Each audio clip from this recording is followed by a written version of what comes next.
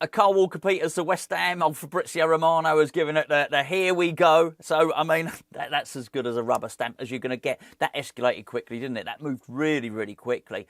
I was recording a video with Gio for a patron yesterday morning, and we were talking about how quiet it was and how just something that I'd mentioned on the video before, how we'd sort of signed youth, and it seemed like there was nothing happening. Honestly, the West Ham transfer rumour, it was like a mill pond. It was just nothing, not even a ripple, right?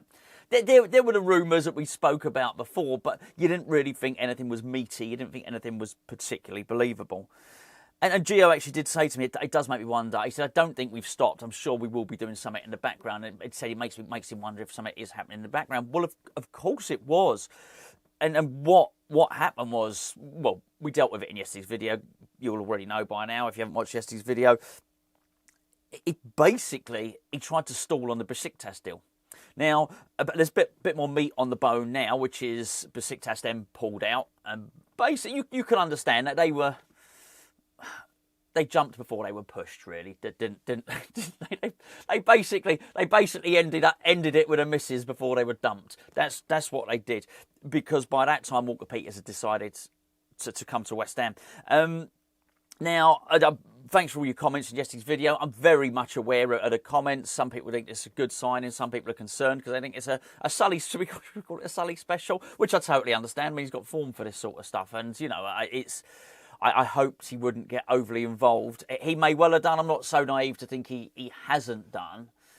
But two things. Firstly, I think last season the player who got involved in was Crescencio Somerville. So just because Sullivan might have been involved in a player, don't necessarily mean it's a bad player. What I don't like is him undermining the manager. That's what I don't want to happen here. And I know it's a difficult one with Ben Rama, isn't it? Because he did okay for us, Ben Rama, and obviously scored in the Conference League final. And absolutely brilliant. He'll go down in history as a really, really important player, if nothing else. But it wasn't the player that David Moyes wanted, was it? It was a Beer Eze. We'll never know the truth of that, but I think a lot of us suspect that they didn't go and get Eze, and basically Ben Rama was bought for him, and rather than the player that he really wanted. And I think you could see that throughout Ben Rama's career at West Ham. David Moyes, he wasn't one of David Moyes' favourites. I think it's fair to say that. So I think with that in mind, you're looking at this transfer and you think, well, hold on a second. Is Sullivan getting overly involved? I think what I would say to that is it hasn't been at the expense. It's not the same example, because Graham Potter got his Eze, if you know what I mean. He got Diouf. He got his first choice for there. And I don't think, from what I can see, and we don't know, we're still learning about Potter, me more than anyone. I don't think he looks like the kind of guy that's going to have a player forced on him. So I mentioned this yesterday. So I think, anyway, so that's that. Anyway, he's a West Ham player now, or he's very soon to be. He's having his medical now. Clearly he'll pass his medical. I think it's a good signing for all the reasons that I said yesterday, not just as cover, but I also think he's a good player. He's not a world beater, but not every player has to be a world beater. Sometimes you just got to be competent at Premier League level, and I think he is. I know Southampton were crap last season, but I think he's had some really, really good performances. I think he's really good with the ball at his feet. I think he can create. I think he turns really, really quickly as well, and he's two-footed. He's provided some really, really good assists with his right foot. He scored a couple of screamers with his left foot. I seem to remember, I think it was against Chelsea last season. Played really, really well down the left wing. So a lot of people saying, well, what's he going to do? There's no way he's going to force Aaron Wan-Bissaka out of the team. Well, I totally agree. But he doesn't really need to. He doesn't need to force Aaron Wan-Bissaka out of the team. If you are malleable, if you are versatile enough to play in a number of positions, which is basically either wide position, either further forward or back on either flank, I would be surprised if Carl Walker-Peters, I'm including substitute appearances here, doesn't play 30-odd appearances, give or take, next season. I'd be surprised. I think he's a good player. And as I say, as long as this isn't at the expense of somebody else coming in, which I don't think it will be, then I like it. I'm happy with this. The midfield is still the crunch area that I think needs to be sorted out for West Ham. I am guilty as charged of being I quite like the content that the media team put out from training grounds. I know that they're in Germany in the training camp at the moment, are getting ready to play Grasshoppers tomorrow. And I'm guilty of being burnt by that material. You've only got to go back to last season. I did not want Julian Lopetegui to come in. By the time I'd seen Julian Lopetegui's big reveal, I saw him get showed around the training ground by Tim Stite, and there was obviously that pre-arranged meeting, accidentally on purpose, meeting George Earthy. And then I think the first 2 or 3 training sessions were filmed. I quite liked his demeanour. It had sort of changed my mind. I thought, actually, I quite like this guy. So I am very aware that I can be gullible or, whatever, can be taken in by this stuff. But I do enjoy it. And do you know what? I'd rather be that way than not enjoying it, I guess. So I've been enjoying quite a lot of the content that the club have been putting out. I watched Magic Diouf. So a lot of people are just calling him Malik. Did you notice that? They were doing the 5-a-side. I don't really know what the game is. There was like a little training game of football which they were filming. And some people had yellow bibs, some people had no bibs, and some people had orange bibs. And I don't know. I don't really know what the game is. I don't know what the drill is. So people in yellow bibs and orange bibs were sort of sometimes passed to each other, sometimes not. I think all the people that didn't have bibs were possibly in the same team. I didn't really know what was going on, right? But I enjoyed it anyway. I quite liked the footage, and I liked what ex-West Ham United employee had to say in his update about he felt that there was a different vibe. People were saying there's a different vibe around the club, around training at the moment. And I understand all this stuff gets said normally in pre-season. And I think none of this stuff matters until we get that midfield fixed, by the way. Let me just say that. That is the most important thing. But I also liked that there was a separate story from the London Evening, well, it's not London Evening Standard, the Standard, which is a completely different source. That's somebody else. So they, that's not come via the same source that ex-West Ham United employees' information has come from. And I like that when the same information comes from more than one source. I like it. There's a validity to it, isn't there? So I liked it, and they were saying the same thing, that there's a different vibe, that he's perhaps being a little bit more cerebral, he's being a little bit more tactical, he's concentrating on quality rather than quantity. Now, I do understand what the flip side of that is, of course. Do you remember when David Moyes came in after his first stint at West Ham? He got everybody training really, really hard because everybody was unfit. So, yeah, we don't want to be unfit for the start of the season. I'm not sure. I'm not sure we will be. But I quite like it. I quite like it. So I just wish we had more players over the line more quickly, because if you believe what's been said about this training camp, about what's going on in Germany, it's quite important to get the players settled, to get the players bonding with one another. There's a lot of this stuff. Go and read the stuff on the official website if you want to read it. I'll go and read the Standard report from yesterday.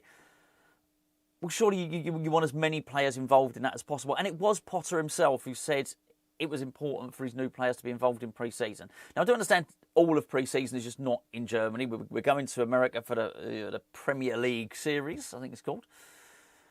But it would be nice to have him there. So, look, Walker Peters is going to join. He won't go over to Germany, will he? Be signed too late by them.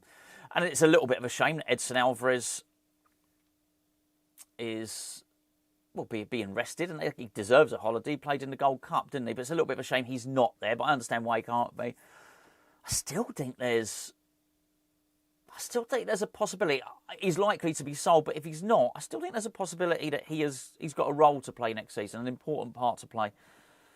But we need those other areas in midfield covered. I know I've said sort of quite consistently, once we made our first couple of signings, I'll chill out a bit. And I have a bit, but I'll only do so fully, I think, once one of them is that midfielder I spoke about yesterday, that midfielder who I think can just grab that first team place. I think it's great. It's great to get squad players, but Walker Peters will be a really good squad player. As I say, I think he'll play 30-odd games, some of them from the bench next season. Well done. You're going to need those, but you also need first team players who are going to be regularly vying for man of the match, right? That's really what you're looking at. And I think we're going to need that in midfield. So when that happens, when I think we've got... They don't have to be a superstar. They've just got to be good, brilliant, and good enough to get into that team. I think when that happens, I will relax a whole lot more. And it really, for me, my bar is very low for next season. It's not like these players are happening and I'm now starting to think, oh, hold on, we could qualify for Europe. I don't. I'm still at the point at the moment of thinking, can we get the necessary quality over the line, which means we're not scrapping for relegation, which still remains my concern. But yeah, I mean, look, I'm a football fan, West Ham fan. I'll get pleased. I'm pleased. I quite like the transfer window. Well, I like the transfer window when we're signing players. I like this. I like Walker Peters. I think he's skillful. I think he's 2-footed, as I mentioned earlier on. I think it makes absolute sense. And I guess Graham Potter gets the best of both worlds. He gets his young, up and coming player who's a specialist in that position and looks like he's going to improve. And then you get your 28-year-old. Been capped twice by England, hasn't he? He's a journeyman. I think we can say that, a bit of a journeyman. But that doesn't mean that you can't do a job if you're a journeyman. There's certainly no doubt about that. Just going back to that video, I don't know if you watched. I think it was the first day or a day in the life of Malik Diouf at West Ham. I liked it. I liked the video. I liked seeing him interacting with the players. It was he walked through and sort of there was a big table in the canteen or whatever. I was sort of watching quite closely, who was saying hello and how they greeted him and who was saying nice to meet you and who wasn't and all that. And yeah, do you know what? Every time I see one of those or an interview with him, Nigel Gerd is really popular. I mean, he does seem like a really, really nice guy. And I do want him to stay around. I really do. And there was a point where Potter walked in. And Potter... This is obviously not going to be the first time that Potter's met Magic Diouf. But he did the dare, he give him the what is that called? It's not a handshake. It's not a high five. That thing. Has it got a name? It wasn't a fist bump. What is that where you clap hands with someone like that? The clap. Sorry. I think, and he turned round and he said, he said he's taking care of you, yeah, or something like he said to Nigel Gerd, you're taking care of him, you're looking after him, which is nice, and I got no criticism of that, but. It's not West Ham's fault. West Ham want to keep Nigel Gerd. It's Nigel Gerd that wants to leave. I just wish he didn't. I wish he'd stay around. I like him. He's very, very likeable. I think he's a really good player as well. And I think he could be really good in Graham Potter's system. If I was going to be ultra, not critical, and as I say, guilty as charged, I watch these videos in too much detail. I read too much into them. Some of them are right, Gonzo, you read too much into this stuff. I know. But I also quite enjoy doing so. They do seem like a quiet bunch. And for that reason, I do think Füllkrug, he's really important, actually. He seems to be the biggest personality there. He seems to be the biggest character there. Of course, you need a bit of everything. You need nice people, particularly multilingual nice people like Nigel Gerd, who are very welcoming. You need those people. You also need big characters, jokers. And he's definitely that, Füllkrug. And he was noticeable that there's sort of only him. And obviously, we've lost Cresswell. Cresswell was a real character. Cresswell was loud. Not in a sort of obnoxious, arrogant way, but he was confident. He was loud. He was a talker. He was a joker. Just seemed very quiet at the breakfast table. Maybe because it was the cameras there. A lot of people go quiet when the camera... Some people go quiet when the camera's on. So maybe it was just that. But yeah, I wouldn't mind... I just hope we're looking at a couple more leaders or a couple more, sort of effervescent characters. Diouf might be that. He's not going to come in on his first day, is he? Giving it to Billy Big What's it. So of course you're not going to do that on your first day at work. But... yeah, it'd be. But he seems quiet, doesn't he? So there's a lot of quiet people there. So hopefully, it's. I think now though, 2 players over the line. Walker Peters almost over the line. I'm starting to starting to relax a little bit now. Let's get, by the time, third signing. I know I said two. I've changed my mind again.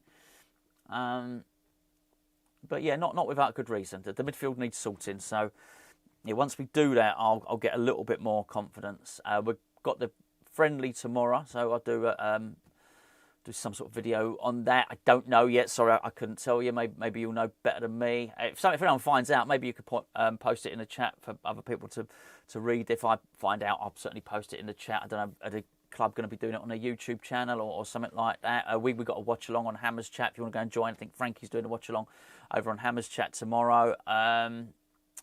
But yeah, I mean that. I'm going to try. I'm not going to. In fact, I won't. I mean, it's weird. I'll probably read more into a training ground video than I will do at a pre-season friendly. So yeah, if it's brilliant, I won't get too carried away. If it's crap, so I won't get too disappointed. Probably will. West Ham fan, right? But be interesting to see some of the youngsters, and yeah, hopefully be interesting to see Diouf get a run out. Anyway, I'll probably catch up with you tomorrow, unless something surprisingly happens today, and we accidentally on purpose sign another player.